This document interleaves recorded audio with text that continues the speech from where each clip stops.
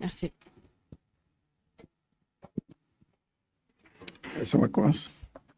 Merci beaucoup.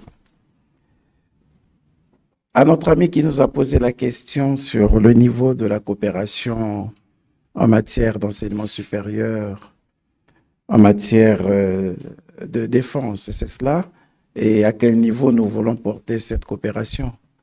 Bien, au niveau optimal, nous l'avons commencé, et j'ai dit qu'elle s'exécute normalement, cette coopération, surtout dans les deux secteurs de l'enseignement supérieur et de la défense et de la sécurité. Un accent particulier est mis sur la formation.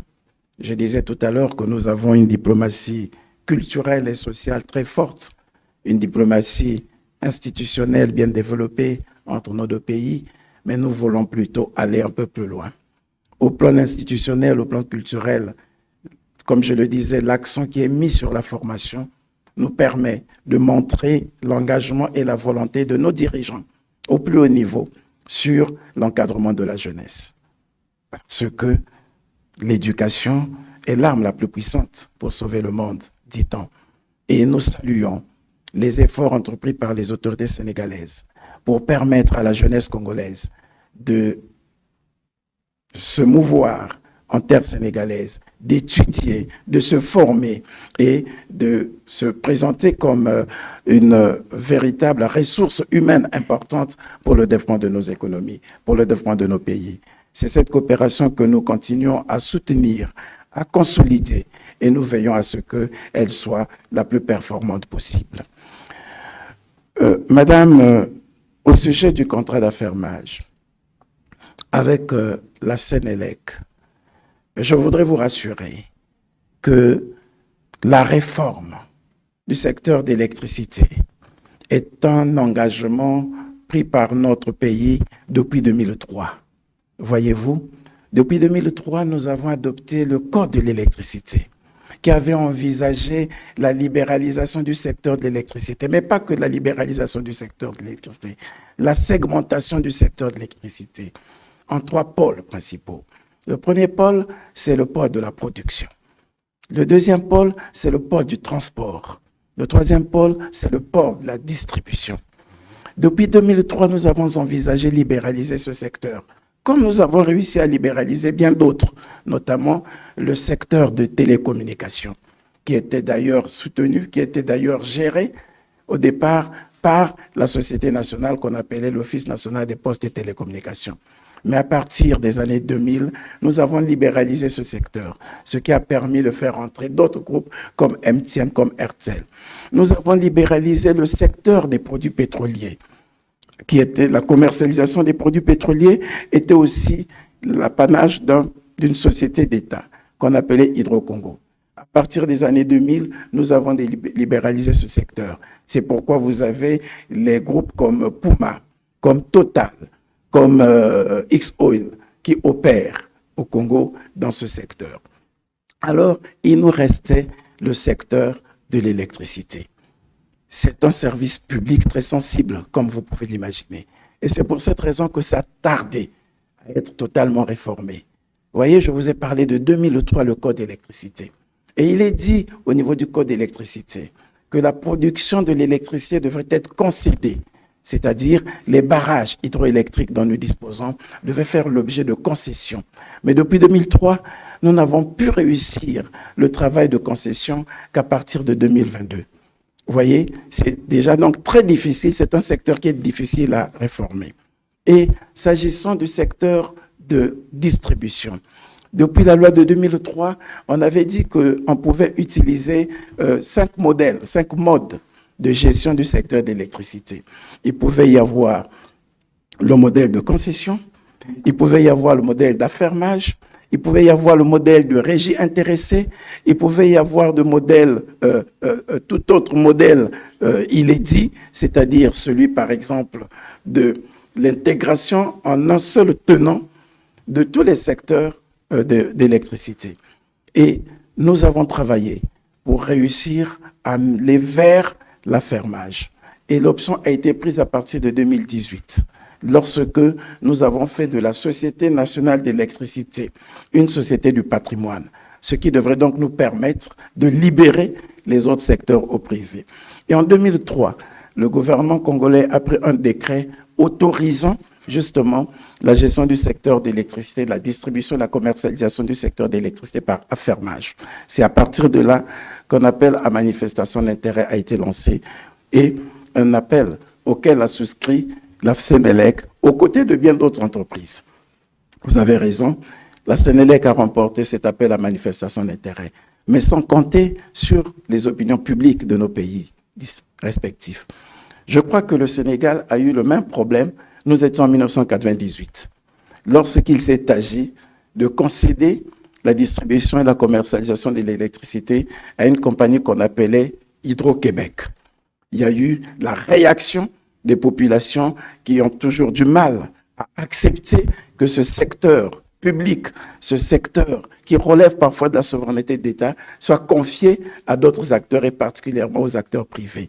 On a donc été confrontés pratiquement à la même difficulté. Non pas seulement s'agissant de la Sénélec, mais aussi s'agissant des autres entreprises à qui on avait même déjà concédé le secteur de distribution. Nous avons 4 barrages. Les 4 barrages ont été concédés à des sociétés et aujourd'hui, les syndicalistes et les partenaires sociaux reposent même le problème de la concession de ces secteurs de production. Et nous travaillons pour expliquer. En fait, pour tout vous dire, il a fallu un travail pédagogique au préalable. Et ce travail pédagogique n'a pas été assez efficace, ce qui a suscité un certain nombre d'inquiétudes, d'interrogations. Et ce sont ces inquiétudes que nous sommes en train de lever petit à petit. Et si nous parvenons à lever ces inquiétudes, nous allons nous asseoir de nouveau avec Sénélec pour voir dans quelles conditions, effectivement, l'opérationnalisation de ce contrat d'affermage devrait se faire. Parce que, laissez-vous le savoir, le contrat d'affermage que nous avons signé comporte 48 mesures préalables. Et il faut donc que toutes ces mesures préalables que nous avons retenues de commun accord avec Sénélec, que toutes ces mesures préalables soient d'abord résolues, elles sont identifiées. Il faut qu'on puisse les lever. Une fois ces mesures levées, il appartiendra au gouvernement congolais de mieux faire percevoir l'importance de la réforme à toutes les parties prenantes. Vous avez les syndicats. Lorsque vous voulez aller vers la privatisation d'un secteur, la première résistance, vous l'avez avec les partenaires sociaux. Quid de leur outil de travail? Quid de leur situation professionnelle? Et là, vous avez une bonne période de discussion que vous devez engager pour que la réforme d'un secteur aussi sensible que celui de l'électricité puisse passer sans problème. Vous avez les consommateurs. Là aussi, vous avez besoin de les rassurer. Est-ce que le prix du kilowattheure sera élevé? Est-ce qu'il sera toujours à la portée de nos bourses? Voilà, c'est tout ce travail qui est en train d'être fait. Sans doute, avons-nous confondu vitesse avec précipitation? On était tellement sûrs de la volonté de tous d'aller vers la réforme de ce secteur que nous avons voulu anticiper. Les populations nous ont dit, nous avons encore besoin d'en apprendre davantage et c'est pour cette raison que le Conseil des ministres, sur instruction du président de la République, nous a simplement demandé de conduire la réforme avec méthode jusqu'à ce que l'ensemble des parties prenantes adhèrent de façon à ce que ce soit une réforme réussie. Parce que, quel serait l'intérêt de confier la gestion à un partenaire privé si, entre-temps, les partenaires sociaux pouvaient s'illustrer par des actes peu civiques qui pourraient remettre en cause la volonté des partenaires publics comme privés de mettre en œuvre une politique de développement du secteur, une politique de réforme d'un secteur aussi sensible que celui-là, remettre en cause pratiquement toute la politique. C'est donc des précautions que nous sommes en train de prendre.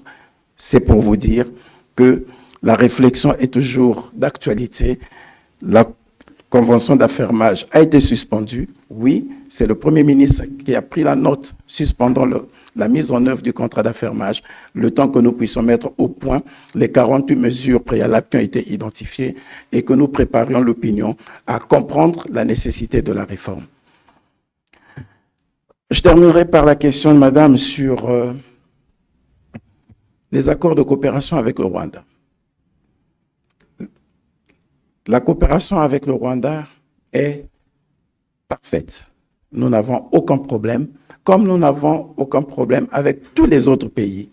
Les accords que nous avons signés avec le Rwanda, nous les avons signés avec l'ensemble des pays avec lesquels nous sommes en partenariat. Nous venons de faire le point ici avec le Premier ministre du Sénégal, s'agissant des accords de coopération militaire, par exemple, que nous n'avons même pas encore avec le Rwanda parce que ça n'a jamais été ratifié. Mais pourtant, s'agissant du Sénégal, nous avons un accord de coopération militaire et technique qui a été ratifié par notre Parlement.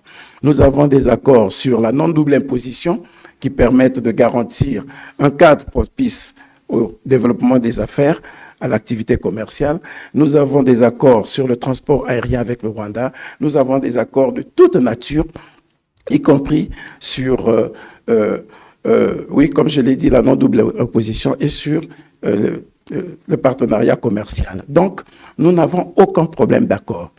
Le problème qu'il y a avec le Rwanda, c'est la caducité d'un certain nombre d'actes administratifs qui n'ont rien à voir avec les accords de coopération. Il s'agit des actes administratifs, des actes réglementaires par lesquels le Congo a mis à la disposition des entreprises rwandaises des terres pour l'activité agricole par le biais des autorisations expresses d'occuper ou des autorisations provisoires d'occuper. L'autorisation expresse d'occuper est, entre guillemets, une sorte de bail emphytéotique sur 20 ans, donné à une entreprise publique comme privée, et particulièrement privée, nationale comme étrangère, qui doit y développer une activité agricole. Planter du ricin, planter du manioc, planter n'importe quel produit, voilà, en vue de l'exploitation agro-pastorale ou agro-industrielle. Et c'est cet accord express, cette autorisation express d'occuper qui a été donnée à une société qu'on appelle Crystal Venture, une société rwandaise. Sans doute, les populations, du fait du conflit qu'il y a entre le Rwanda et la RDC, influencées par une erreur d'interprétation de cet accord, ont cru voir une collaboration avec le Rwanda, avec ceci que on parle toujours du fait que le territoire du Rwanda n'est pas très grand et qu'il y a des velléités d'occupation de territoire en dehors de la superficie du périmètre rwandais.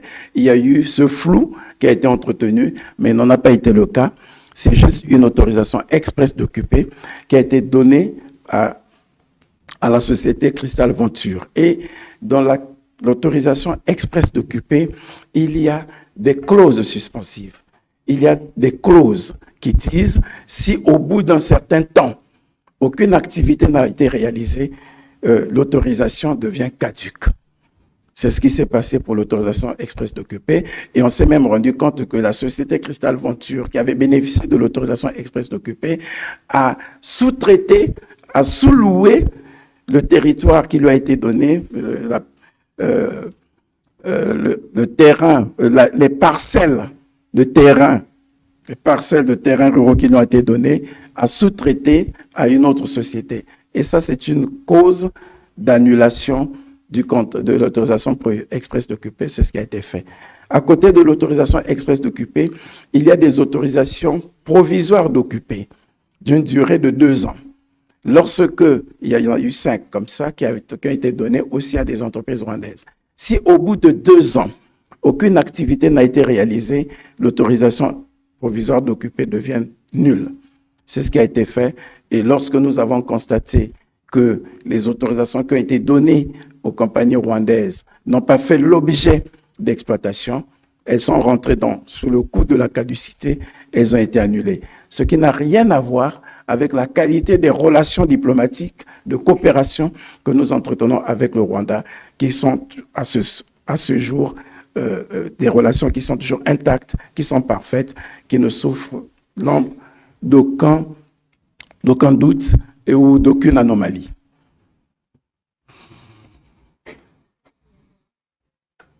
Merci, Monsieur le Premier ministre. Je ne crois pas avoir une aussi bonne mémoire. Je ne me rappelle pas forcément de toutes les questions qui ont été posées. Euh, par rapport à la première question relativement